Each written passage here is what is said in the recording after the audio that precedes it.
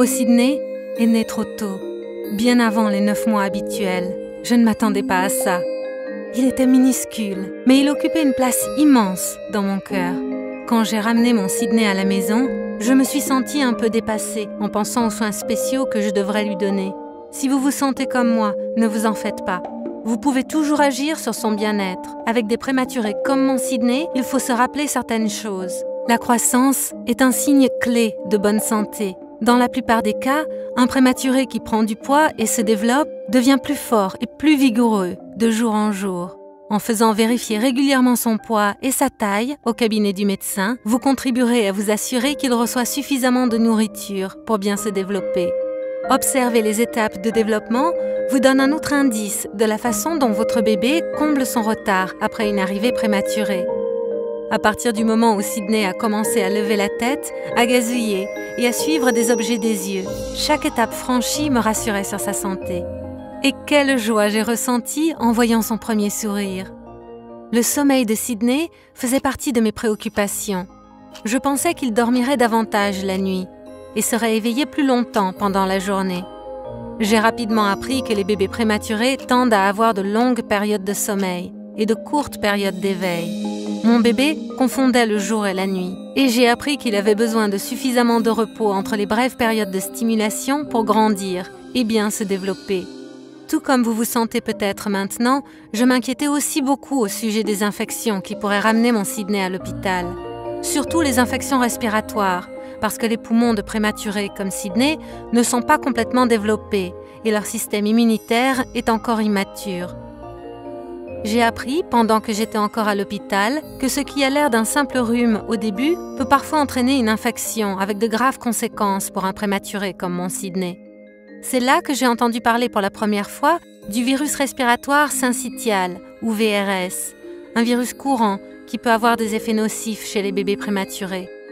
Chez de nombreux enfants, les symptômes des infections par le VRS ressemblent à ceux du rhume, fièvre, nez qui coule.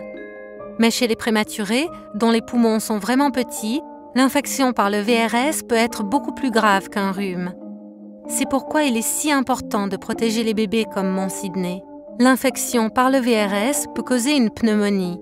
Et c'est aussi la cause numéro 1 de bronchiolite au cours des 2 premières années de la vie du bébé. Et l'infection par le VRS peut être éprouvante pour toute la famille, à commencer bien sûr par le bébé malade. La toux peut empêcher votre précieux bébé de bien dormir. La perte d'appétit peut entraîner une perte de poids, ce qui empêche cette croissance si importante de votre bébé. Les parents du bébé pourraient manquer des jours de travail et passer plus de temps à aller chez le médecin ou même à l'urgence.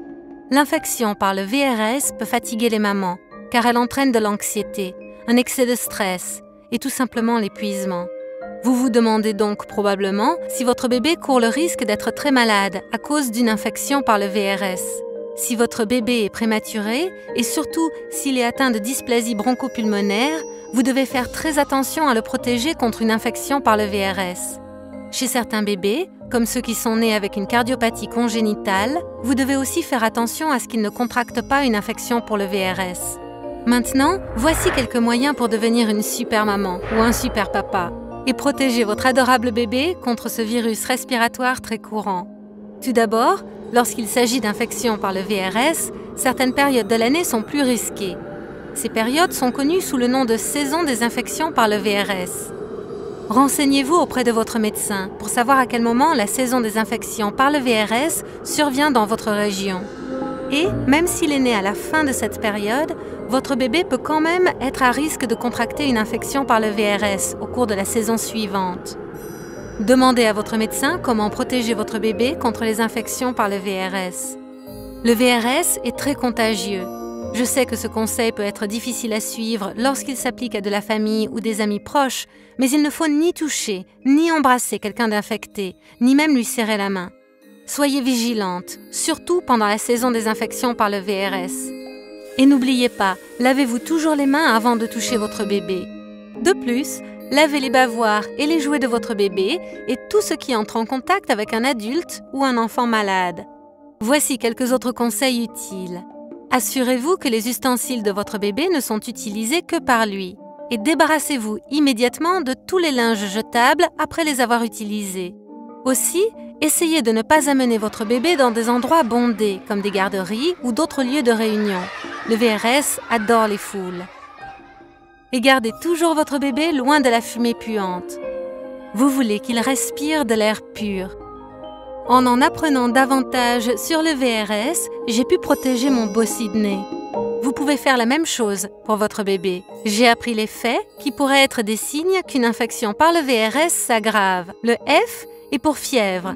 Vérifiez si la température de votre bébé est plus élevée qu'à l'ordinaire. Le A est pour appétit, lorsqu'il est difficile de nourrir votre bébé au sein ou au biberon. Le I est pour inspiration, respiration rapide, lorsque la respiration est superficielle et rapide. Le T est pour toux, lorsque vous entendez une toux plus creuse et plus fréquente avec un halètement distinctif. Surveillez les faits, surtout pendant la saison des infections par le VRS. Si vous avez des questions sur les infections par le VRS ou l'état de votre bébé, parlez-en à votre infirmière ou à votre médecin. Apprenez-en davantage au sujet de l'infection par le VRS. Visitez le www.rsvshield.ca.